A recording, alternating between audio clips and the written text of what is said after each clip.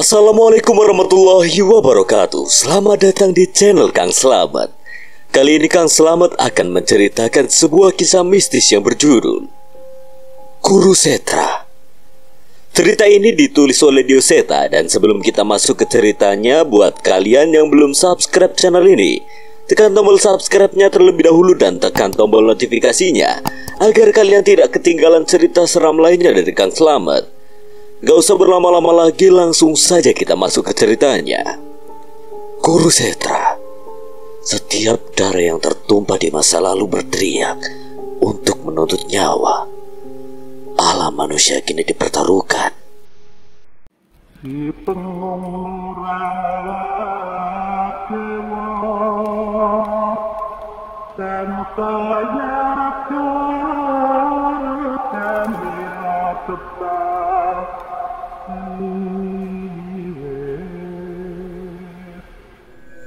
tahan Nyai Kunti, jangan terpancing. Kita hanya perlu membawa perempuan itu memasuki pelindung yang dibuat oleh pusaka Linus.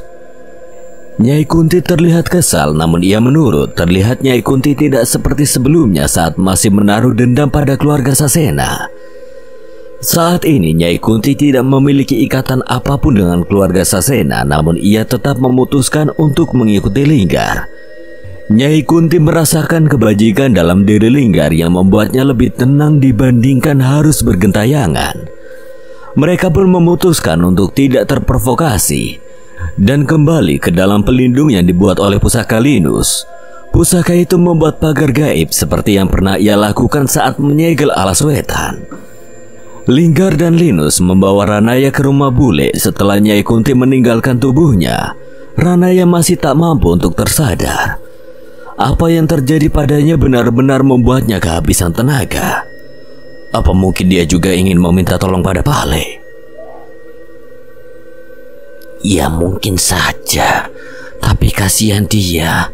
Sudah berjuang sampai sejauh ini, namun ia harus menerima kabar buruk tentang Pale.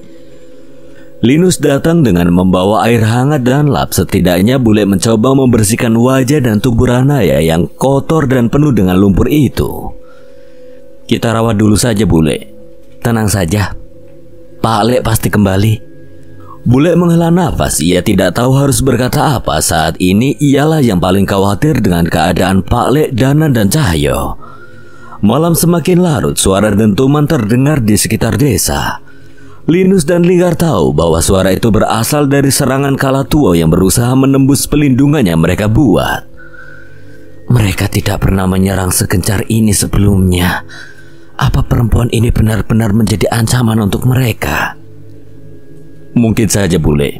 Itu artinya kita tidak boleh membiarkannya jatuh ke tangan mereka. Di tengah perbincangan mereka terdengar suara langkah kaki warga desa yang melangkah di luar. Linus penasaran dan mendapati warga desa sedang ketakutan menatap sesuatu yang berada di luar sana. Mas, coba keluar mas. Itu apa? Panggil Mas Idris yang keluar dari rumah singgahnya ketika menyadari keanehan di luar desa. Linus pun mengajak Linggar keluar dan melihat sesuatu yang membuatnya gemetar. Di balik pelindung yang dibuat Linus terlihat sepasang mata merah yang memandang dari balik kabut.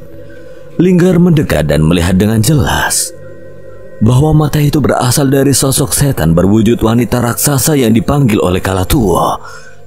Ini di luar kemampuanku, Gar. Linggar menatap ke salah satu genteng di rumah di dekatnya. Di sana Nyai Kunti menatap makhluk itu dengan wajah geram. Terlihat bahwa seorang Nyai Kunti pun belum tentu dapat menghadapi makhluk itu. Suara hantaman bola api terdengar berbenturan dengan pelindung yang dibuat Linus. Kali ini tidak hanya sekali. Bola api itu menyerang pelindung hingga bertubi-tubi seolah siap untuk menghancurkannya. Apa yang harus kita lakukan? Berdoa saja Pak Luhur. Saat ini hanya Tuhan yang dapat membantu kita. Tolong bantu arahkan warga untuk kembali ke rumah. Saya dan Linus akan mencoba menahan mereka sebisa kami. Linggar menoleh ke arah Nyai Kunti yang sepakat untuk membantu mereka berdua menahan serangan makhluk mengerikan itu. Di batas desa mereka menyaksikan sekumpulan mayat hidup tengah mengepung desa. Sosok kuntilanak setinggi pohon pun berjaga di setiap sisi hutan. Linggar yakin Nyai Kunti bisa menahan mereka dengan kutukan yang ia miliki, tapi tidak dengan raksasa itu. Kau tahu kami tidak akan segan-segan menghancurkan desa ini untuk mengambil perempuan itu dari kalian. Sepertinya perempuan itu mengetahui sesuatu yang mengancam kalian. Mengetahui hal itu saja sudah memberi kami alasan kuat untuk tidak menyerahkannya. Kalatua tersenyum kecut, namun sudah menjadi tugasnya untuk mengambil dan menghabisi perempuan itu. Luluh lantakan desa ini, Nyai Dursada. Nyai Dursada pun bangkit sepenuhnya. Ia menghantamkan cakarnya pada pelindung yang dibuat oleh Linus. Hanya dalam satu serangan pelindung gaib itu retak. Aku tidak bisa menahan serangan makhluk itu. Ia terlalu kuat. Sosok pusaka itu merasuki tubuh Linus. Linggar cemas, namun sebelum serangan berikutnya terjadi, tiba-tiba seluruh mayat hidup yang mengelilingi desa terbakar membara. Nyai Kunti mengenali api itu dan memutuskan untuk keluar dari pelindung gaib di desa. Saat Nyai Dursada menghantamkan serangannya lagi, Nyai Kunti mencengkeram bagian kepala makhluk itu. Sakit. Perasaan apa ini? Sakit. Nyai Dursada menahan serangannya dengan rasa sakit yang diberikan oleh Nyai Kunti. Terima kasih Nyai Kunti, ucap seorang pria yang berjalan melintasi api yang ia buat. Ia berjalan dengan penuh amarah setelah melihat apa yang terjadi pada desanya. Pale! Itu Pale! Tidak mungkin. Kau sudah mati. Aku melihat dengan mata kepalaku sendiri. Linus berlari menjemput seseorang dari dalam rumah. Dengan tergopoh-gopoh, bule berlari ingin membuktikan apa yang diucapkan oleh Linus. Dengan mata penuh haru, bule terjatuh lemas saat mengetahui Pale masih hidup. Ia melihat sendiri Pale berdiri melindungi desa berhadapan dengan Nyai Dursada, Kalatua dan pengikut-pengikutnya. Aku belum diizinkan untuk mati selama kalian masih mengacau di tanah ini. Sepertinya aku harus membunuh bocah bertopeng pengkhianat itu. Kalatua mulai menyadari bahwa hidupnya Pale adalah tipu muslihat pria bertopeng itu. Geni Baraloka menyala membara. Kalatua bersiap menyerang. Sebelum sempat mencapai Pale, sebuah keris melesat dari langit dan jatuh tepat di hadapan Pale dan Kalatua. Terima kasih, Nyai. Pale berterima kasih pada sosok yang mengantarkan keris Sukmageni itu ke hadapannya. Itu Nyi Sendang Rangu. Pale sadar ia belum berniat mencampuri pertarungan ini. Tanpa memberi celah, Pale melesat mengambil kerisnya dan beradu serangan dengan sosok Kalatua. Aku sudah mengalahkanmu satu kali. Masih berani kau melawanku? Mengalahkan? Yang kau gunakan hanya muslihat busuk. Sekarang akan aku buktikan kalau kau tidak lebih dari setan redah. Keris mereka beradu dengan sengit di antara kobaran api Geni Baraloka. Tak satu pun serangan Kalatua mampu menyentuh tubuh Pale. Sebaliknya, satu demi satu goresan dari bilah hitam keris Sukmageni menghiasi tubuh Kalatua. Pale tidak melonggarkan serangannya. Ia mengingat bagaimana Kalatua dengan kelicikannya menggunakan Mbok Darmi dan yang lainnya sebagai sandera untuk membunuh dirinya, Danan dan Cahyo. Sudah kukatakan, kau bahkan tidak lebih kuat dari setan-setan pengikutmu. Tanpa perlindungan Trapaku Jagar, kau hanya cecungo yang menipu anak buahmu. Jaga bicaramu. Kalatua kesal tak mau diremehkan. Ia pun mengambil jarak dan membacakan sebuah mantra yang membuat dirinya terselimuti cairan hitam yang menjijikan. Pale berhati-hati, namun seiring dengan cairan hitam itu melumuri tubuhnya perlahan, Pale pun tidak dapat lagi melihat keberadaannya. Melarikan diri. Pale merasakan ada yang mendekat. Ia berusaha menjauh, namun goresan keris melukai tubuhnya. Jurus yang cocok untuk pengecut sepertimu. Linggar dan Linus sudah lega bahwa Kalatua sudah bukan ancaman lagi, namun sosok Nyai Dursada sudah terpanggil. Pale pun sangsi apakah mereka bisa mengalahkan Nyai Dursada. Berani-beraninya kau meremehkanku. Sebuah serangan tak terlihat mengincar Pak Lek dari belakang. Dengan mudah serangan itu terhalau oleh Pak Lek dan bersamaan dengan itu Pak Lek membaca mantra untuk mengaktifkan kekuatan bila hitam dari keris Sukma Geni. Api hitam menyala dari setiap luka goresan di tubuh Kalatuo. Ia tidak lagi mampu mempertahankan ilmu menghilangnya dan muncul tidak jauh dari tempat Pak Lek berdiri. Panas! Apa ini? Tak hanya di bekas luka, api hitam itu memercik membentuk pusaran kecil di sekitar tubuh Kalatuo. Pak Lek pun melihat keris raga sukma miliknya. Ia menyadari bahwa Mbah Jiwo sekali lagi sudah menambah kerisnya menjadi lebih dari sebelumnya. Nyai Dursada, tolong! Panas! Bunuh mereka, tolong! Kalatuo berusaha meminta pertolongan dari Nyai Dursada. Sosok yang berseteru dengan Nyai Kunti itu melangkah melibas pohon-pohon di sekitarnya. Cepat, habisi dia! Hentikan ilmu sial ini! Nyai Dursada berteriak hingga mengeluarkan suara yang melengking. Nyai Kunti yang sedari tadi berusaha menahan Nyai Dursada tidak mampu bertahan lebih lama lagi dan menjauh. Bodoh! Kau kembali ke tempat ini hanya untuk mati lagi. Di tengah tawanya, tiba-tiba tubuh Kalatuo hancur oleh injakan kaki Nyai Dursada. Tak hanya sekali, ia bahkan mengulanginya menginjak Kalatuo berkali-kali seperti menghabisi serangga. Kau pikir aku sudi mengikuti perintahmu? Bahkan mati di telapak kakiku saja kau tak pantas. Tubuh hitam yang jumawa itu pun mati tercerai-berai tak berkutik sama sekali. Pak Lek dan yang lain berusaha untuk memalingkan matanya dari pandangan mengerikan itu. Di tengah kesadisan itu, tiba-tiba Nyai Kunti dan Nyai Sendang Rangu menatap bersama ke salah satu langit. Mereka menyadari sebuah kekuatan besar melintas membuat siapapun yang mampu merasakan hal gaib menyadarinya. Di atas langit yang dihiasi cahaya bulan, terlihat ratusan setan dengan berbagai wujud terbang mengikuti sosok setan wanita berkebaya hitam. Ada beberapa sosok yang menarik perhatian seperti gumpalan bagian tubuh yang besar hingga beberapa sosok raksasa. Itu Nyai Ratu Tanusedo, Ratu Trapaku Jagar. Nyai Sendang Rangu bergegas meninggalkan posisinya saat ini menuju arah yang sama dengan makhluk-makhluk itu. Tak terkecuali dengan Nyai Dursada dan setan-setan pengikut Kalatuo yang secara naluri mengetahui siapa pemimpin mereka. Saat itu mereka serentak melayang mengikuti ratu yang membangkitkan mereka itu. Pak Lek, arah itu. Benar, arah desa Kandimaya. Jadi tempat itu yang akan menjadi medan perang kita.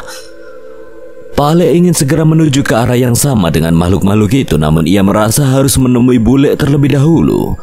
Apalagi Linggar menceritakan tentang sosok perempuannya diincar oleh Kalatuo itu.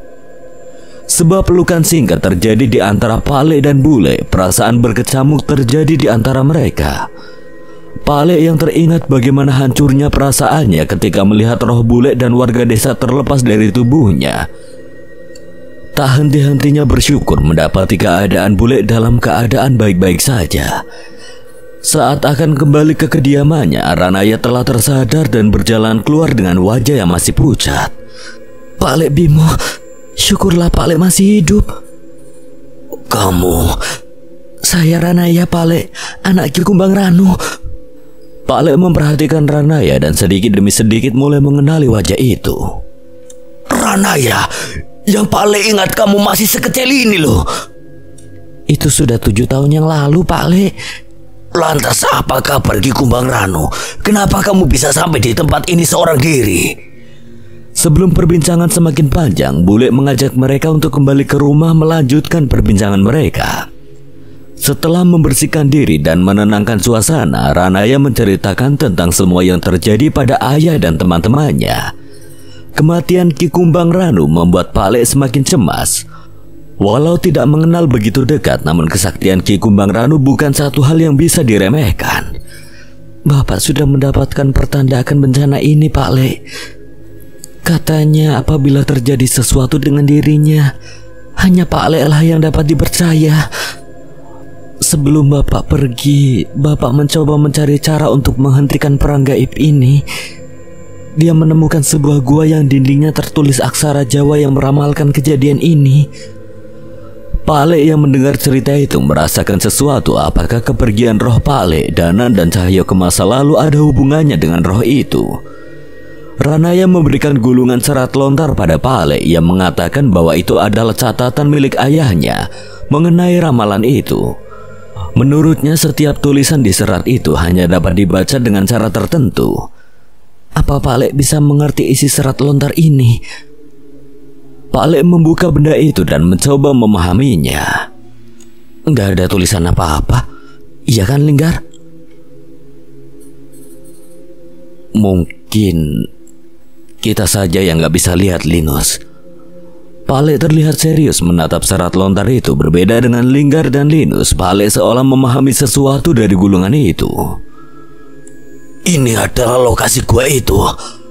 Ayahmu memang hebat, Ranaya. Pak Le bisa mengerti. Belum, tapi sepertinya aku membutuhkan kalian sebentar lagi untuk menjaga desa ini. Linggar, Linus, serahkan pada kami, Pak Le. Tapi memangnya Pak Le mau kemana? Tidak, tubuhku akan tetap di sini. Gua ini hanya dapat dicapai dengan ilmu raga sukma. Persiapkan semuanya. Saat aku kembali, kita akan pergi menuju desa Gandimaya. Bule melihat mereka dengan cemas, namun ia mengerti keberadaan orang-orang di sekitarnya itu dibutuhkan untuk menyelesaikan tragedi ini. Suara pementasan wayang terdengar dari alun-alun desa Gandimaya. Seorang dalang memainkan lakon perang Baratayuda bersama para sinden dan pemain gamelannya. Sebuah lakon tentang perang saudara antara Pandawa dan Kurawa yang melibatkan titisan dewa dan berbagai ras makhluk di sebuah padang bernama Kurusetra. Sebuah tempat yang menjadi tempat saksi perebutan kekuasaan antara Pandawa dan Kurawa. Lakon Baratayuda dipercaya merupakan lakon yang berat dan tidak bisa sembarangan dimainkan. Tidak semua dalang berani memainkan lakon ini. Bahkan lakon ini hanya dimainkan pada waktu-waktu khusus. Tapi kali ini, Ki Darubaya yang sudah semakin berumur memutuskan untuk memainkannya tanpa satu orang pun penonton. Alun-alun desa Gandimaya hanya berisi sebuah panggung pementasan bersama pemain wayangnya. Tidak ada satupun manusia di sana. Namun untuk orang-orang yang mengerti maksud dari penampilan itu, mereka melihat ratusan makhluk tidak kasat mata menonton pementasan yang memang dikhususkan untuk warga gaib di sekitar desa Gandimaya. Desa benar-benar kosong. Warga desa telah mengungsi sejauh mungkin setelah menyadari bahaya yang mendatangi tempat itu. Di seluruh penjuru desa terdengar suara senjata yang beradu bersama teriakan-teriakan mengerikan. Suara tawa, tangis hingga tembang yang mengerikan terdengar tanpa ada wujud yang terlihat. Pohon-pohon tumbang, tak sedikit pun atap rumah hingga tembok-tembok hancur tanpa sebab yang terlihat. Sebuah peperangan tak kasat mata terjadi di alam lain di desa Gandimaya. Ibu tidak pernah menyangka sebuah permainan wayang bisa membawa manusia dan makhluk seperti mereka memasuki alam gaib desa Gandimaya. Benar, Bu, mereka benar-benar hebat. Permainan Ki Arsa sudah bukan permainan biasa lagi. Permainannya bahkan mulai bisa mengoyak batas alam. Sementara permainan Ki Darubaya mampu mengubah niat setan-setan itu untuk berpaling dari niatnya. Nyai Kirana dan Naya memandang itu semua dari sebuah bukit batu di dekat desa. Ada tubuh seseorang yang baru saja tiba melakukan semedi di sana. Tubuhnya terduduk tak jauh dari makam ayahnya. Namun rohnya sudah menjadi bagian pertarungan yang menjadi awal pertarungan besar di desa ini. Kilatan pukulan cahaya putih menembus tubuh jerangkong berselendang hitam yang beradu senjata dengan panci. Maaf, aku terlambat. Sudah kuduga kalian tidak akan mati semudah itu.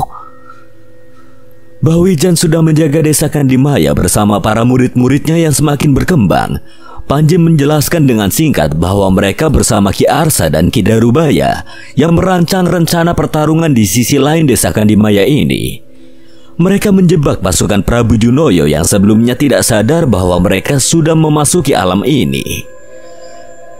Keputusan yang tepat. Tapi di mana Prabu Junoyo? Apa kalian berhasil mengalahkan dia? Pukulan Danan beradu dengan Panglima mayat hidup yang dikelilingi aura hitam. Panji melemparkan tombak lembu warok miliknya untuk menghabisi sosok yang mencoba menghalangi Danan itu. Dia sedang tertidur. Kebangkitan sang ratu melepas tanggung jawabnya atas makhluk-makhluk ini hingga ia bisa menyempurnakan dirinya. Saat ia bangkit mungkin seluruh pasukanku pun bukan lawannya. Danan menelan ludah mendengar pernyataan itu. Sayangnya ia memang merasakan keberadaan Prabu Junoyo. Namun ia sama sekali tidak dapat menemukan keberadaan sosok pemimpin Trapaku Jagar itu. Sampai di tengah pertarungan, hal yang Danan takutkan pun terjadi. Ada aliran kekuatan hitam yang berkumpul di desa Kandimaya. Danan tahu dengan sadar bahwa aliran kekuatan itu menuju pada sosok Prabu Junoyo yang tidak bisa ia temukan. Pertarungan telah berlangsung sengit hingga melewati tengah malam, namun Danan yakin bahwa malam ini adalah puncaknya. Suara detak jantung menggema terdengar di alam itu. Suara itu membawa keresahan yang seketika dirasakan oleh Danan, Panji, dan yang lainnya.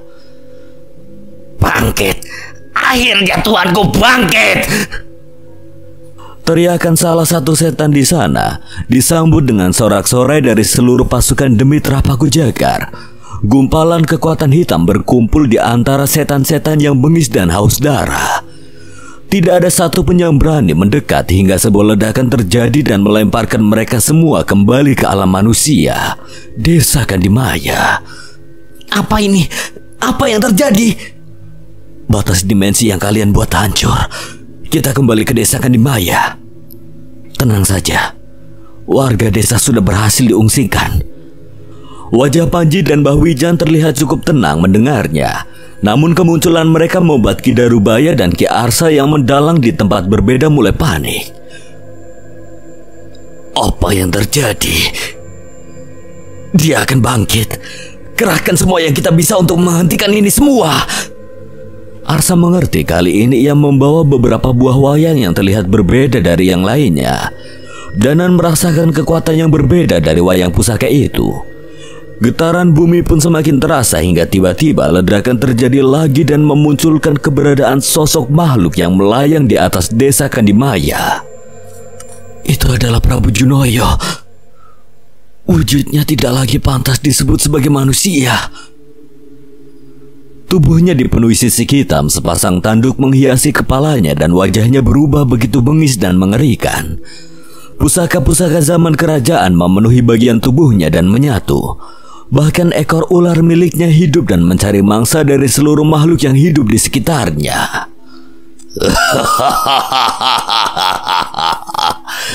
Jadi ini tubuh pemberian para Batara. Prabu Junoyo sudah mendapatkan wujud yang diidam-idamkan. Bukan wujudnya saja yang mengerikan, namun juga tentang bagaimana ia bisa berhasil mendapatkan wujud itu. Gumpalan kekuatan hitam yang meledak itu juga menyebarkan potongan-potongan tubuh manusia yang tidak sedikit. Itu semua adalah tubuh yang memuja berhala Trapaku Jagar yang hidupnya harus berakhir dengan menjadi bahan bakar untuk Prabu Junoyo. Danan sudah bersiap menghadapi kemungkinan terburuk untuk melawan sosok itu. Tapi sayangnya yang berada di hadapannya bukanlah skenario terburuk. Dari jauh terlihat sekumpulan dedemit terbang memenuhi langit dengan pimpinan sosok setan wanita yang mengenakan mahkota dan kebaya hitam. Ratu Trapaku Jagar tiba tepat saat kebangkitan Prabu Junoyo. Saat yang tepat. Senyum lebar tercipta di wajah Nyai Ratu Tanusedo yang mendapati kekasihnya sudah mendapatkan wujud yang mereka idam-idamkan itu. Seperti perwujudan mereka, desa Kandimaya saat itu berubah menjadi pesta penyambutan kedua pasangan terkutuk yang mengancam alam manusia. Ciuman di antara mereka berdua seolah meminta ratusan nyawa manusia sebagai hadiah atas kebangkitan mereka. Melihat pemandangan itu, bahkan seorang Danan Jaya Sambara pun gemetar. Tidak hanya Prabu Junoyo dan ratunya yang mengancam malam ini. Bahkan lahan seluas desa Kandimaya pun tidak mampu menampung keberadaan pasukan demit yang dipimpin oleh mereka berdua. Saatnya kita sempurnakan kekuatan kita. Prabu Junoyo mengangguk. Mereka mengeluarkan pecahan batu pusaka hitam yang dimiliki oleh mereka masing-masing. Firasat Danan begitu buruk akan benda itu, namun saat ini ia tidak berkutik dan hanya mampu menyaksikan ritual itu. Mantra dengan bahasa yang aneh pun dibacakan oleh Prabu Junoyo. Kedua batu hitam itu pun terbakar dan mengepulkan asap hitam. Ada gelombang yang kuat membentuk lubang-lubang dimensi di sekitar mereka. Dari sana mengalir kekuatan-kekuatan hitam yang mengisi kekuatan mereka hingga tidak terbayangkan. Ada satu lubang yang memancarkan kekuatan paling mengerikan. Prabu Junoyo menyisakannya untuk yang terakhir. Bersiaplah Danan, yang tidak terduga akan datang. Bisiknya Sendang Rangu yang secara tiba-tiba muncul di belakang Danan. Ia mengembalikan keris raga sukma ke dalam sukma Danan. Danan mengangguk, ia tidak ingin lengah dan memanggil kembali keris itu ke tangannya. Kedatangannya Sendang Rangu membawa hujan yang akan menemani peperangan yang akan terjadi. Kekuatan yang terakhir akan menjadikanku makhluk abadi. Tepat ketika Prabu Junoyo menarik kekuatan dari lubang itu, bumi pun bergetar. Hujannya Sendang Rangu menyatu dengan petir yang menyambar-nyambar. Tidak, bukan sekedar kekuatan. Sesuatu yang muncul dari lubang itu adalah sosok makhluk yang tidak kalah mengerikan. Ia berusaha bertahan dari alamnya, namun kekuatan Prabu Junoyo lebih kuat hingga membuat ledakan yang menutup semua lubang dimensi itu. Kilatan petir beradu dengan ledakan di langit itu. Bayangan makhluk setengah raksasa yang mengerikan dan penuh luka itu muncul dari balik asap hitam. Prabu Junoyo mengangkat tangannya untuk menyerap sosok itu. Tapi apa yang terjadi setelahnya tak sesuai dengan apa yang Danan bayangkan. Makhluk yang keluar dari dimensi itu tidak menurut. Sebaliknya, dengan beringas ia mencengkeram tubuh Prabu Junoyo yang dipenuhi kekuatan itu. Bagus. Bagus. Kau berhasil melakukan ini semua. Tak kusangka keturunan dari wanita sampah itu bisa membawa darahku hingga ke zaman ini. Kau hanya makhluk tua yang membawakan kesaktian untukku. Prabu Junoyo memberontak dan melepaskan cengkeraman itu. Tapi ketika akan menaklukkan makhluk itu, Prabu Junoyo terhenti, seolah tubuhnya tidak mau melakukan apa yang ia inginkan. Bodoh, di darahmu mengandung darahku dan keturunan-keturunanku. Tugasmu hanyalah mempersiapkan ini semua untukku. Prabu Junoyo panik. Kekuatannya yang tanpa tanding itu dalam sekejap kehilangan tajinya dari sosok yang ia panggil sendiri. Ia pun menoleh ke arah Ratu Tanusedo kekasihnya meminta pertolongan. Namun apa yang ia lihat benar-benar tidak ia sangka. Kekasihnya itu berlutut pada sosok yang ingin membunuhnya itu. Saya ratumu yang akan menemani tatamu, Prabu Jagareksa yang agung. Apa maksud ini semua, Tanusedo? Kau berkhianat. Kau bercanda. Aku adalah Ratu Trapaku Jagar sejati. Aku selalu menitis untuk menemani penguasa tahta Paku Jagar. Aku dan Prabu Jagareksa telah abadi dengan cara kami masing-masing. Drama mengerikan itu mencengangkan Danan dan yang lainnya. Lepaskan. Kau akan membayar ini semua. Teriakan Prabu Junoyo tidak merubah apapun. Sosok yang disebut Prabu Jagareksa itu memasukkan tangannya ke dalam mulut Prabu Junoyo, disusul dengan seluruh badannya yang berubah menjadi kepulan asap hitam dan mengambil alih tubuh sakti itu. Tepat setelahnya, tubuh seorang manusia tua dan lemah terpisah dan terjatuh dari tubuh Prabu Junoyo. Danan dan yang lainnya menduga bahwa wujud mengenaskan itu adalah Prabu Junoyo yang telah tidak berdaya. Yang mulia masih membutuhkan dia. Aku tidak butuh seorang pengkhianat walaupun dia keturunanku. Mendengar jawaban itu, Ratu Tanusedo melesat dan menjambak tubuh Prabu Junoyo yang sudah lemah itu. Ia melayang dan terbang setinggi-tingginya. Tanusedo, ampuni aku. Apa kau lupa apa yang telah kita perjuangkan selama ini? Ya, mungkin sulit untuk melupakan rasanya pernah berhubungan dengan makhluk rendah sepertimu. Tapi itu kumaafkan demi kebangkitan kekasih sejatiku, Jagareksa. Di tengah rembulan yang tertutup perintikan hujan, Ratu Tanusedo tertawa seperti orang gila, menikmati darah Prabu Junoyo yang bermuncratan dari tubuhnya. Ia menghancurkan kepala Prabu Junoyo dengan bengis di langit desa Kandimaya. Di antara makhluk-makhluk yang menyambut kebangkitan Prabu Jagareksa, terlihat seseorang berjalan menembus setan-setan itu dengan langkah yang lemah. Di bawah tetesan hujan, seorang pria melangkah dengan bertumpu pada tombaknya. Langkahnya lemah, namun entah mengapa Danan merasakan firasat yang dekat dengan sosok itu. Tombak pusaka pakaian seorang panglima kerajaan. Tidak mungkin, Mas Brasma. Tanah itu menyaksikan semua. Ia merekam setiap hal yang terjadi di sebuah perang yang mengorbankan ratusan nyawa, menjatuhkan raja dari kekuasaannya, menggetarkan dunia para Batara. Tanah itu menerima semuanya, darah yang menjadi kubangan dan menyatu dengannya. Daging dan tulang yang merasuk menjadi bagian dirinya, hingga kutukan-kutukan maha dahsyat yang membinasakan banyak makhluk.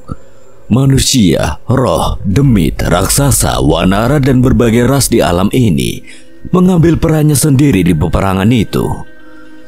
Sebagian berjaya dengan kemenangannya, sebagian mati dan menyatu dengan kutuk yang mengendap di tanah itu. Satu dari makhluk terkutuk menjadi bagian dalam peperangan, bukan untuk menaklukkan, namun untuk membuat tanah itu semakin terkutuk dan membangkitkan untuk menjadi bagian dari dirinya. Dialah Prabu Jagareksa. Di tengah gemuruh peperangan, Prabu Jagareksa melangkah dengan langkah yang menggetarkan tanah tempat ia berpijak. Darah musuh dan sekutu menyembur ke langit, menciptakan lukisan merah yang kontras dengan hijau tanah. Prabu Jagareksa, makhluk terkutuk yang menghisap kekuatan dari setiap nyawa yang tercabik di medan perang, memiliki tujuan gelap yang melekat padanya. Setiap serangannya membawa malapetaka. Sentuhan dadanya menyebabkan tanah-tanah memuntahkan kutukan-kutukan lama yang terpendam. Dedemit muncul dari bawah tanah. Roh kelam berkeliaran dan raksasa-raksasa purba bangkit dari kubur mereka yang terlupakan. Tanah itu yang semula menjadi saksi kini menjadi panggung kehancuran. Perang itu harus terjadi pada tempat yang seharusnya, atau semua makhluk yang berada di atasnya akan musnah. Perang terkutuk yang kembali bangkit harus terjadi di padang Kurusetra. Di dalam sebuah gua, Palek menyalakan api dari geni baralokanya untuk membaca setiap ukiran-ukiran dalam aksara Jawa yang terukir di dinding gua itu. Gua itu tidak seterpencil yang ia kira, namun siapapun yang pernah memasukinya tidak akan bisa melihat ukiran yang hanya mampu terlihat dengan api-api gaib seperti geni baraloka miliknya. Padang Kurusetra, tempat yang diceritakan dalam kisah pewayangan itu apa benar-benar ada? Palek menggumam membayangkan bagaimana mungkin tempat dalam kisah sakral itu bisa benar-benar ada di alam ini. Palek mengirimkan kemungkinan tentang Jagat Segoro Demit sebagai tujuan mengakhiri peperangan ini. Namun lawan mereka kali ini bukan makhluk biasa. Mereka adalah makhluk-makhluk yang bertahan dari hukuman waktu, menaklukkan berbagai makhluk penguasa, hingga menjinakkan kutukan. Keberadaan mereka di Jagat Segoro Demit bahkan mungkin bisa semakin memperburuk bencana. Tapi Palek tidak ingin membiarkan peperangan ini menjadi bencana untuk setiap makhluk yang berdiri di tanah Jawa ini. Di tengah kebingungannya, Palek menyadari kemunculan sosok yang membuat tubuhnya bergetar mendekat ke arahnya. Kereta kencana. Palek melihat ada sosok yang sangat jelas ia kenali, hanya dengan selendang hijau yang ia bawa dan kekuatan spiritualnya yang memancar dengan penuh pesona. Mereka tidak saling bertatapan, namun Palek sadar bahwa bila sosok itu sampai memunculkan wujudnya di hadapannya, maka bencana ini juga berdampak untuk mereka. Kami tidak bisa terlibat, namun kami juga tidak bisa membiarkan manusia menerima bencana dari sosok yang dikutuk itu. Padang Kurusetra tidak pernah berpindah sejengkal pun. Yang harus kalian cari bukanlah tempatnya, tapi cara untuk ke sana dan menyelesaikan semuanya di sana. Sosok itu hanya menyampaikan kata-kata, namun saat itu Pak Lek sadar bahwa ucapan itu berhubungan dengan maksud beliau mengirim mereka ke zaman kerajaan Indrajaya. Panglima dari masa lalu, dia melangkah dengan tertatih sambil menghalau setiap serangan dari setan-setan yang menyerangnya. Kakinya sudah lemah, namun setiap serangannya menunjukkan niatnya untuk tetap bertahan hidup dari antara kumpulan setan-setan sekitarnya. Panji, lindungi aku! Aku bergegas berlari menuju sosok yang tidak pernah kusangka akan kutemui lagi. Panji yang semakin mahir menguasai tombak lembu warok menyapu berbagai macam sosok mayat hidup yang mengamuk di sekitarku dan membukakan jalan untukku. Kerisku beradu dengan senjata-senjata berkarat dari para prajurit-prajurit yang dibangkitkan dari kematian sebelum mereka mendekat ke Panglima itu. Panglima Brahma, ikuti aku! Aku berusaha melindungi dirinya dengan mengusir setiap makhluk yang mendekatinya. Alunan ayat-ayat suci mengalun bagaikan puisi yang menyatu dengan angin. Aku melantunkannya dalam pelarian hingga angin-angin yang menyayat sosok-sosok lelembut itu berhembus di sekitar kami. Kau... Sepertinya Panglima Brahma tidak mengenaliku, namun sepertinya aku harus menunda penjelasan ini sampai kami berada di wilayah aman. Aku jelaskan nanti, menjauh dulu dari mereka. Panglima Brahma menurut padaku dengan langkah yang tertatih. Ia menghindar dari lautan lelembut yang menghancurkan desa Kandimaya itu. Sayangnya setan-setan itu semakin kuat dengan kehadiran Prabu Jagareksa yang masih membiasakan diri dengan tubuh barunya. Kekuatan hitam bergejolak dari tubuh mereka sehingga tidak mudah untuk menghentikan mereka. Danan, cepat! Mbah Wijan sudah bersiap dengan murid-muridnya untuk menghalau setan-setan yang mengejar kami. Mendengar ucapan Mbah Wijan, Panglima Brahma pun menoleh ke arahku dengan wajah yang kaget. Danan. Iya Panglima, aku benar-benar tidak menyangka bahwa kita akan bertemu lagi di sini. Formasi tarian cambuk api yang begitu menawan dilakukan oleh para murid Mbah Wijan. Sebuah mantra terus dibacakan oleh Mbah Wijan yang kuduga adalah sumber kekuatan dari formasi itu. Itu formasi yang hebat dan mampu menghabisi beberapa setan yang merasuki zona aman kami. Namun sayangnya jurus itu masih terlalu jauh untuk mengimbangi setan-setan kuno di hadapan kami. Panglima Brahma melihat keris tenaga sukma yang berada di genggamanku. Saat itu ia terlihat semakin yakin tentang diriku. Bencana apa ini? Bahkan perang gaib saat kami menyelamatkan Raja Indrajaya tidak seberapa dibanding ini semua. Mereka makhluk-makhluk terkutuk yang dibangkitkan oleh Trapaku Jagar. Sosok makhluk-makhluk yang seharusnya telah musnah di pertempuran di Padang Kurusetra. Paku Jagar, keturunan dari Prabu Jagareksa. Aku penasaran dengan ucapan Panglima Brahma mengenai Prabu Jagareksa itu. Ia pun menjelaskan bahwa Prabu Jagareksa adalah sosok manusia yang telah menguasai ilmu keabadian. Walau abadi, tubuhnya akan tetap termakan oleh zaman, sehingga ia akan harus mengambil tubuh keturunannya untuk terus hidup. Panglima Brahma bersama Daryana, Raja Indrajaya dan orang-orang yang sempat mengalahkan Prabu Jagareksa. Namun ternyata Prabu Jagareksa masih mampu bertahan. Dengan bantuan suatu sosok yang berhubungan dengan Eyang Widarba, gerbang antar dimensi pun kembali terbuka. Panglima Brahma mengorbankan dirinya untuk membawa Prabu Jagareksa kembali ke alam terkutuk. Ia menyangka akan kembali ke alam yang sempat di mana Raja Indrajaya terjebak sebelumnya. Namun dugaannya salah. Ia justru terlempar ke alam ini. Mungkin ada hubungannya dengan Prabu Junoyo yang membuka gerbang dimensi untuk menarik kekuatan. Salah satunya menghubungkan ke masa kalian. Perbincangan itu membuat Panji dan Mbah Wijan bingung. Di mata mereka keberadaan Panglima Brahma benar-benar tidak masuk akal. Danan, jangan biarkan Prabu Jagareksa menguasai tubuh itu sepenuhnya. Bantu aku. Ia mencoba memperkuat pijakannya dan mengarahkan tombaknya ke sosok yang masih menikmati keberhasilannya mendapatkan tubuh Prabu Junoyo itu. Aku mengerti maksudnya dan mengalirkan kekuatan batinku ke tombak Panglima Brasma. Kekuatan besar terhimpun bersama ajian yang dibacakan oleh Panglima Brasma. Tombak yang terlihat usang itu bersinar dan menyeratkan kekuatan biru yang menyala. Biar kami membantumu. Saat itu Panji dan Bahuijan mengambil jarak dan membentuk kuda-kuda. Mereka mengambil ancang-ancang untuk memukul ujung belakang dari tombak milik Panglima Brasma itu. Makhluk yang membawa kejahatan tidak berhak mendapatkan tempat di alam manusia. Matilah! Bersamaan dengan itu, Bahuijan dan Panji menambah dorongan tombak pusaka itu dengan memukul ujung belakang tombak itu dengan kekuatan mereka. Sebuah tombak pusaka melesat membelah langit.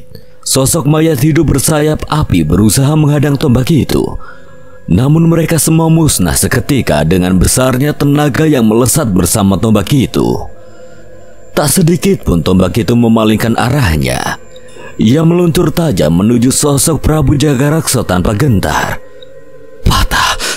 Tombak pusaka yang diselimuti kekuatan itu patah begitu saja dan remuk sebelum sempat menyentuh Prabu Jagaraksa. Tidak mungkin. Tombakku salah satu pusaka kerajaan. Tidak mungkin hancur begitu saja. Tak berbeda jauh denganku, aku ingat bagaimana kekuatan tombak itu melawan sosok Buto Geni yang perkasa itu. Dan di hadapan mataku sekarang, pusaka itu dipecundangi begitu saja. Ia tidak menganggap kita sebagai ancaman. Benar, tapi meremehkan lawan adalah hal terbodoh di dalam perang. Di tengah perbincangan kami, tiba-tiba kekuatan besar dari arah Prabu Jagaraksa memancar. Kekuatan itu benar-benar menekan kami hingga tidak mampu untuk berdiri. Kau tidak usah memperdulikan mereka, Jagaraksa. Biar pengikut kita saja yang membereskan mereka. Tidak, aku sedang kesal. Aku harus membalas sendiri apa yang Panglima Sialan itu lakukan padaku sebelum sampai ke zaman ini. Makhluk itu pun mulai menatap ke arah kami, tepatnya ke arah Mas Brasma. Aku berusaha berdiri di hadapannya dan mengambil posisi untuk melindunginya. Kekuatan hitam dari Prabu Jagaraksa kembali memancar, namun aku tetap tidak ingin takluk pada setan terkutuk sepertinya. Aku membacakan ajian pada keris Raga Sukma hingga bilahnya menyala. Nyi Sendang Rango mengalirkan kekuatannya padaku hingga aku bisa mengimbangi kekuatannya menekanku. Namun aku sadar bahwa Nyi Sendang Rango tidak dalam kondisi prima. Sepertinya ia mengalami pertempuran yang sengit selama kepergianku. Dalam sekejap Prabu Jagaraksa sudah berada di hadapan kami. Ia melangkahkan kakinya ke arah Panglima Brasma dengan kekuatan yang begitu mengancam. Kau harus membayar atas penghinaan yang kau lakukan kepadaku. Aku tak membiarkan Prabu Jagaraksa mendekat. Dengan segera aku menghujamkan keris Raga Sukma ke tubuh makhluk itu. Takkan kubiarkan. Hati-hati, Danan. Serangan kerisku berhasil mengenai tubuh Prabu Jagaraksa. Berbagai serangan ku daratkan bertubi-tubi ke tubuhnya, tapi semua sia-sia. Kesaktian keris Raga Sukma yang dulu mampu menghabisi ludruk topeng ireng dan dedemit mengerikan yang pernah kami hadapi, kini tidak ada apa-apanya di hadapan Prabu Jagaraksa. Bahuijan, Panji dan murid-murid mereka pun tidak tinggal diam. Mereka menyusul dengan mengarahkan berbagai serangan dengan pusaka mereka masing-masing. Namun hasilnya tetap sama, bahkan pusaka tombak lembu waruk pun tidak berkutik. Tanpa ada yang bisa menghalanginya, Prabu Jagaraksa pun mencengkeram leher Panglima Brasma, seolah sudah siap untuk meremukan tulang-tulangnya. Setelah kuhabisi kau akan kuhabisi keturunan teman-temanmu yang ada di alam ini. Namun belum sempat menghabisi Panglima Brasma, Prabu Jagaraksa terhenti.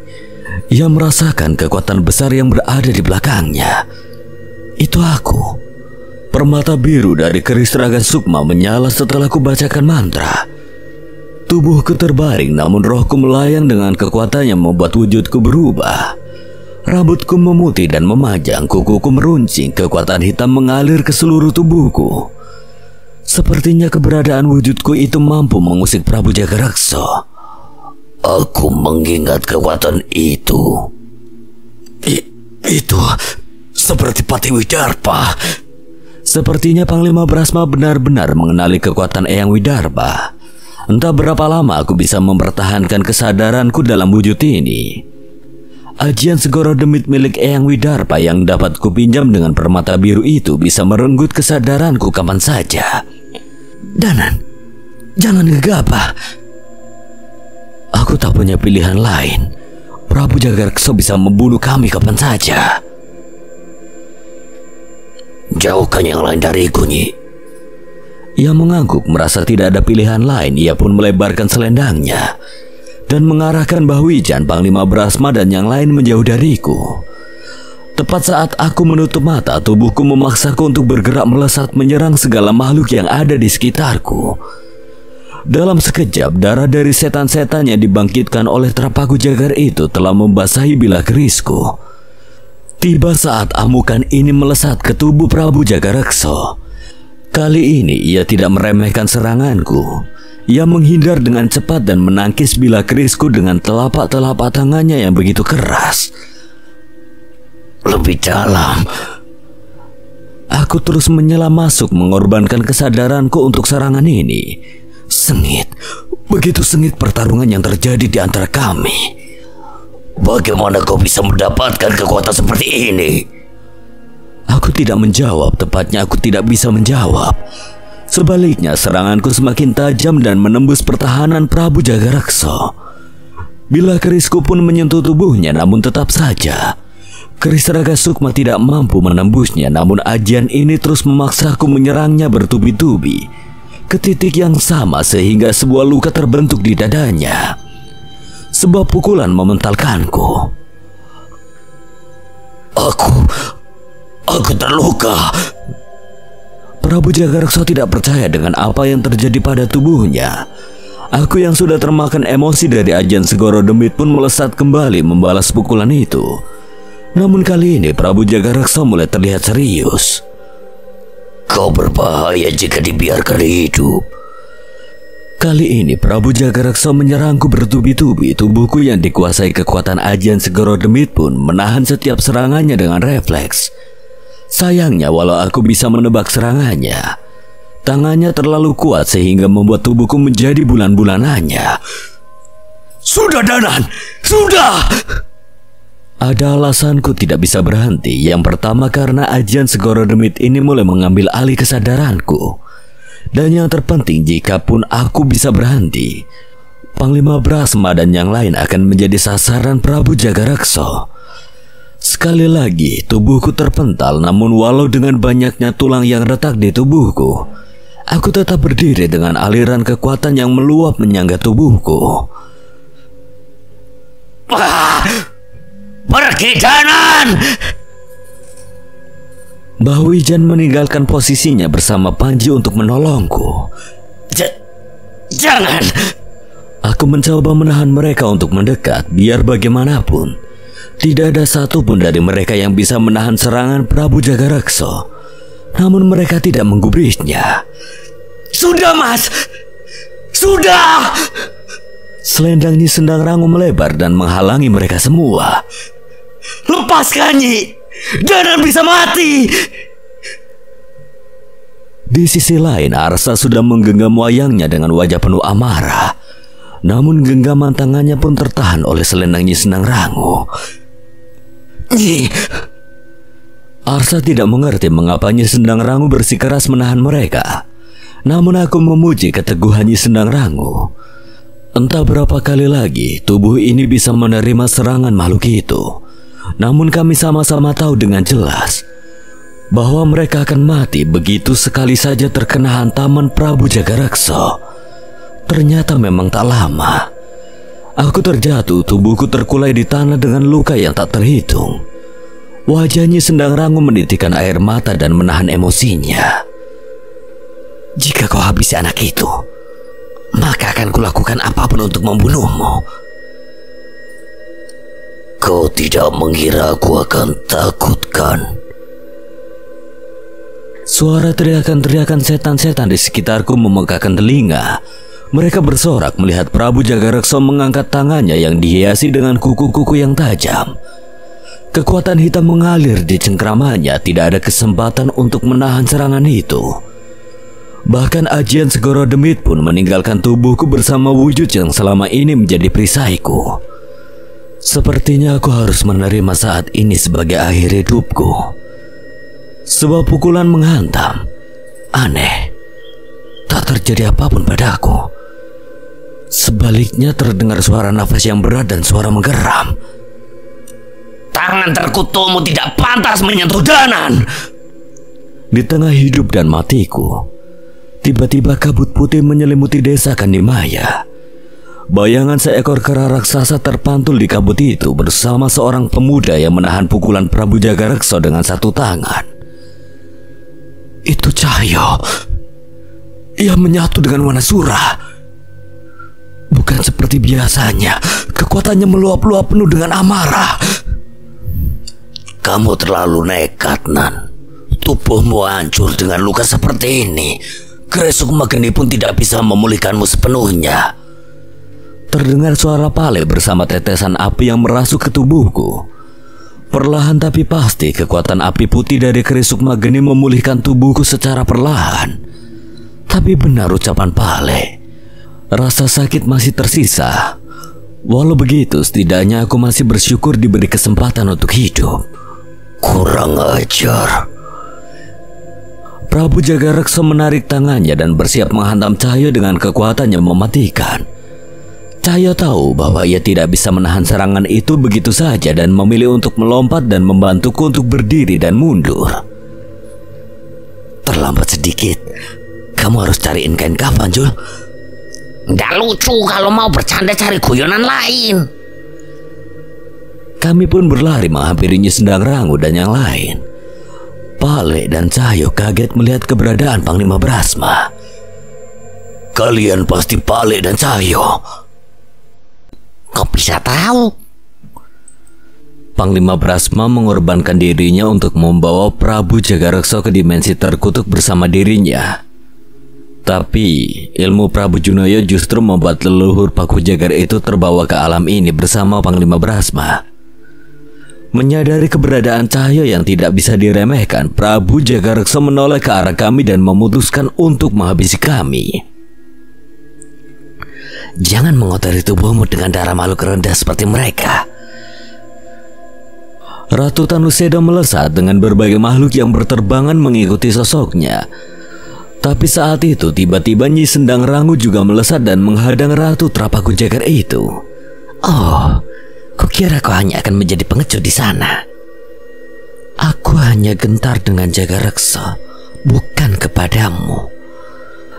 Mendengar ucapan itu, Ratu Tanuseda merasa terhina. Ia memerintahkan raksasa-raksasa di belakangnya untuk menghancurkan tempat ini. Nyai Dursada dan sosok raksasa yang terselimuti api mulai bergerak dan melangkah menghancurkan rumah-rumah kayu di desa Kandimaya ke arah kami.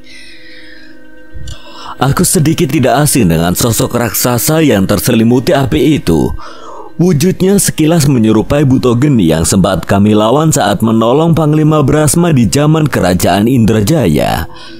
Dan sosok raksasi wanita bernama Nyi Dursada itu, kekuatannya terasa begitu mengerikan, terlebih pusaka-pusaka yang ia kenakan bukanlah benda yang biasa. Mereka berdua tidak seperti raksasa-raksasa yang pernah kami lawan. Nan, masih kuat kan? Mau bilang gak kuat juga, kamu gak bakal terima kan? Jelas. Tapi belum sempat mereka mencapai kami, tiba-tiba sebuah benda yang begitu besar jatuh menghadang mereka dari arah Bukit Batu. Benda itu bergerak dan suara tawa yang cukup berat dan aneh terdengar dari arahnya. Suara itu terdengar dari sosok yang menggendong sebuah kendi dan berusaha untuk berdiri. Buto Kendi? Aku cukup senang melihat sosok sang penjaga Bukit Batu, penerus Buto Lireng itu. Ia menoleh padaku sambil tertawa tanpa peduli kedua raksasa yang mendekat ke arahnya. Ya, dia memang bukan raksasa petarung seperti Buto Lireng. Namun aku mulai takjub ketika ia memutar-mutar kendilnya dan mengeluarkan batu-batu yang membesar setelah keluar dari kendi di punggungnya itu. Kedua batu itu menimpa Butogeni dan Nyi Dursada hingga mereka kesulitan untuk berdiri. Buto Kendil, kemari! Teriakanku membuatnya segera berlari menjauh dari kedua raksasa itu. Tanah bergetar dengan gerakannya. Namun kami pun tak akan membiarkannya bertarung sendiri. Ratu Tanusedo semakin geram. Ia memerintahkan pasukan-pasukan demitnya untuk menyerang kami. Saat itu seketika bola api besar terbang di langit menghantam setan berwujud gumpalan tubuh manusia pengikut Ratu Tanusedo. Tidak hanya itu, sosok Ki Maesa Ombo, Mbah Jiwo, Guntur, Dirga dan Nyi Jambrong muncul dari kabut itu secara serentak. Tubuh mereka penuh dengan bekas luka. Bosar juga tiba-tiba muncul dari balik kabut di dekatku, disusul Mas Jagat yang juga sudah terlihat kelelahan, membawa mereka semua ke desa ini. Tidak hanya mereka, bahkan tawa Nyai Kunti dan aura keberadaan pusaka Linus juga terasa di dekat kami. Berapa banyak yang kau bawa, Mas? Sebanyak yang ku bisa. Kini aku melihat sedikit harapan. Ratu Tanusedo menghampiri Prabu Jagareksa tidak menyangka dengan apa yang mereka lihat. Namun mereka tidak gentar. Ia mengumpulkan raksasa, siluman dan seluruh pasukan setan di belakangnya, seolah menunjukkan seberapa mengerikan kekuatan mereka. Namun kami pun tak gentar. Pendekar Jagat Segoro Demit sudah berkumpul di desa Kandimaya. Kami pernah mengalahkan setan-setan dari kerajaan Demit di Setra Gandamahit. Maka seharusnya tidak ada yang mustahil di pertarungan kali ini. Mas Linus, sepertinya aku membutuhkan pusakamu. Kau yakin akan menggunakan itu lagi? Mungkin akan kulakukan jika terdesak. Aku memilih bertarung menenangkan Wanasura dibandingkan harus mati di tangan setan itu. Linus menyerahkan pusakanya pada Cahyo. Ia bersama Linggar mengambil posisi yang aman sambil memantau pergerakan Nyai Kunti yang sepertinya sudah tidak sabar untuk mengamuk. Ternyata alam ini tidak membosankan. Habis mereka, ratuku. Baik, Prabu. Kau hanya perlu menyaksikan kematian mereka. Bahkan walau dengan semua dari kami pun Prabu Jagareksa masih meremehkan kami. Ia melayang meninggalkan medan perang dan menonton kami dari kejauhan. Ia benar-benar tidak menganggap kekuatan kami sebagai ancaman untuknya. Sialnya, mungkin saja perkiraannya benar. Jangan biarkan seorang pun hidup. Gumpalan bagian tubuh manusia melayang dengan kobaran api melesat mengikuti perintah Ratu Tanusedo ke arah kami. Mayat-mayat mereka harus menjadi milikku. Itu Badalungan. Aku dan Dariana pernah mengalahkannya. Tapi ia tidak sebesar itu. Makhluk seperti itu akan terus ada selama masih banyak korban perang yang mati dengan tidak tenang.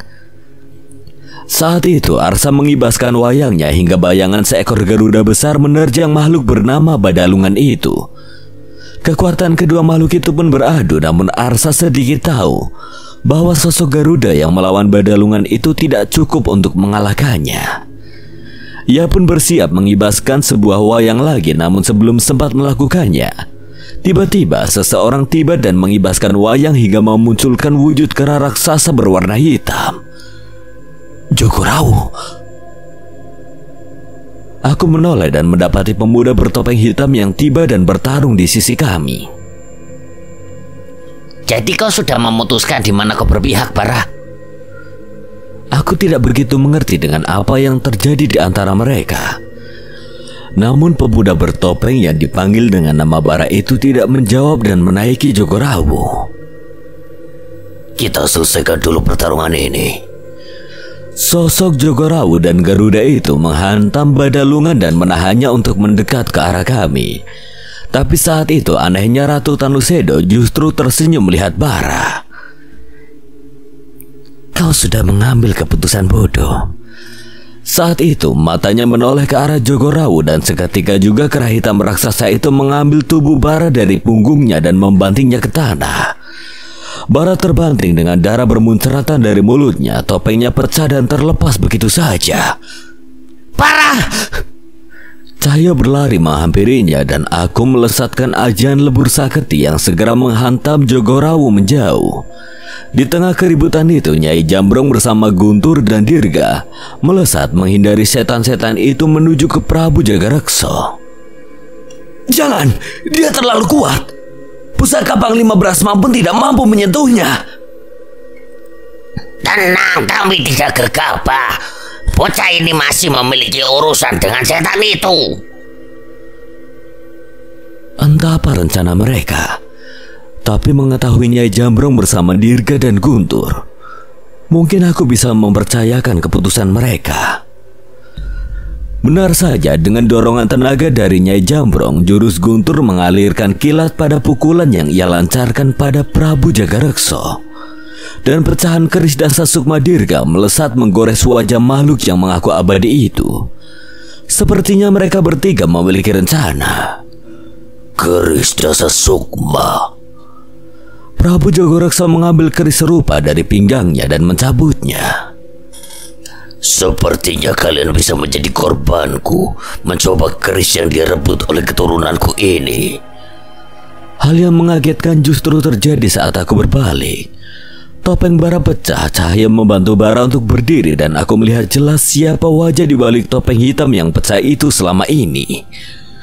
Cahyo, itu wajah Cahyo. Kenapa kalian begitu mirip? Berbeda dengan Pak Le, ia tidak menanyakannya, namun ia seolah merasakan mengenai hal ini. Pengkhianat! Teriak bara pada Jogorawu dan kembali mengibaskan wayangnya. Saat itu Jogorawu mengaum seolah tidak peduli dengan bara yang selama ini bersama dengannya. Jogorawu terlahir dari kekuatan hitam. Tentu saja ia menyadari siapa sekutu sebenarnya. Seolah ingin membuktikan kesetiaannya, Jogorawu pun menghantamkan pukulannya sekuat tenaga ke arah bara. Namun Cahyo berdiri dan berlari ke arah Jogorawu.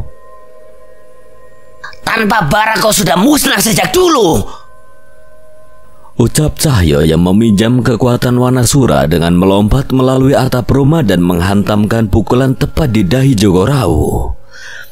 Wanasura, sekali lagi.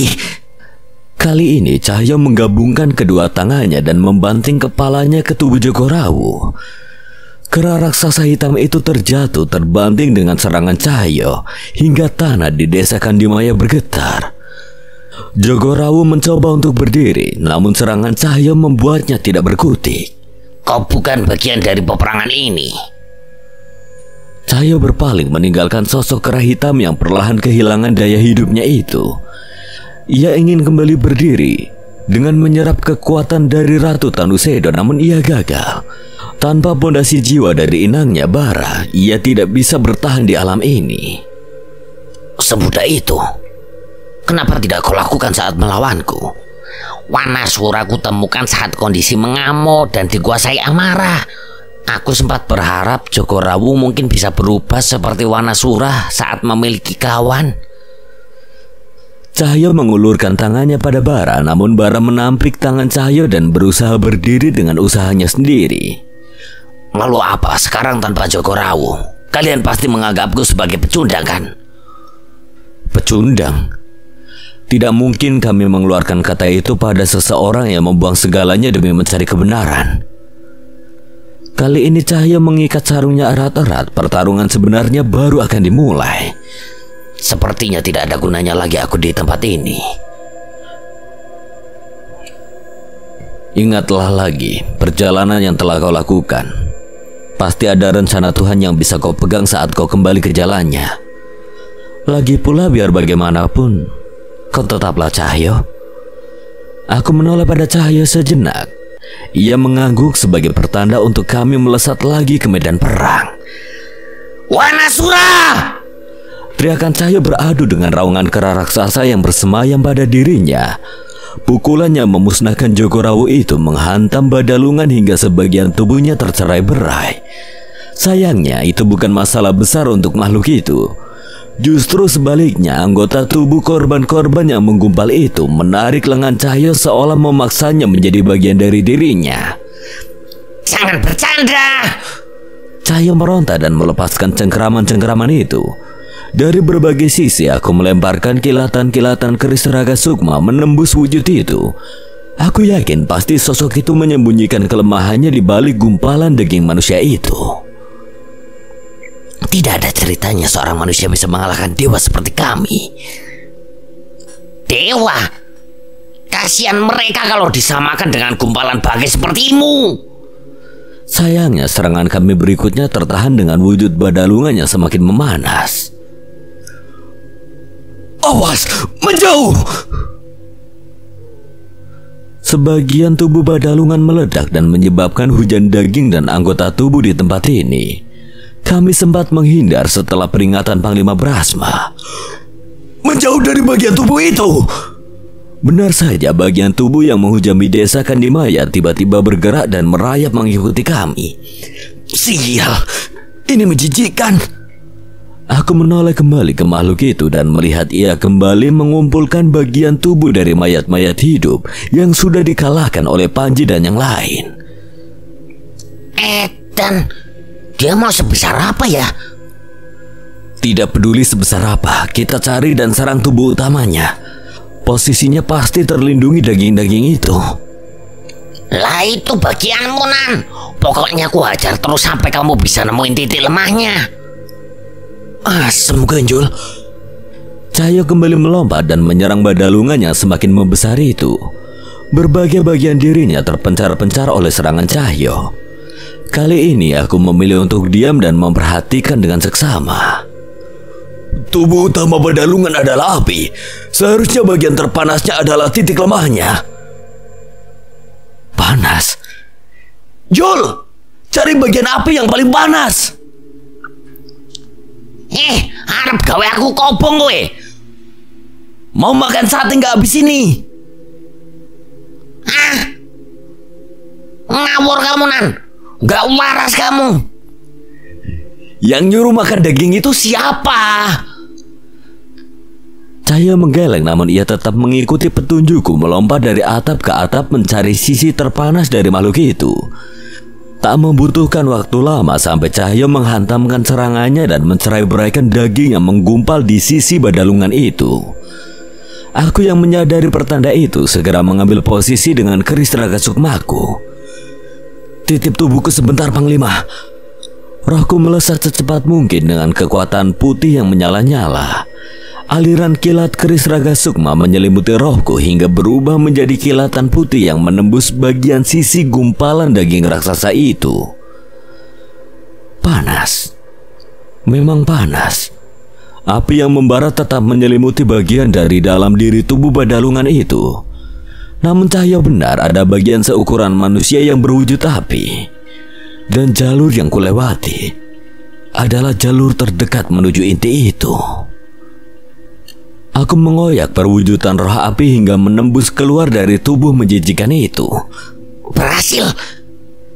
Suara degupan keras terdengar dari dalam tubuh Badalungan itu. Firasatku benar-benar tidak baik saat itu. Entah kenapa, Prabu Jagareksa yang tengah meladeni Nyai Jambrong, Guntur dan Dirga melemparkan perhatiannya pada kejadian ini.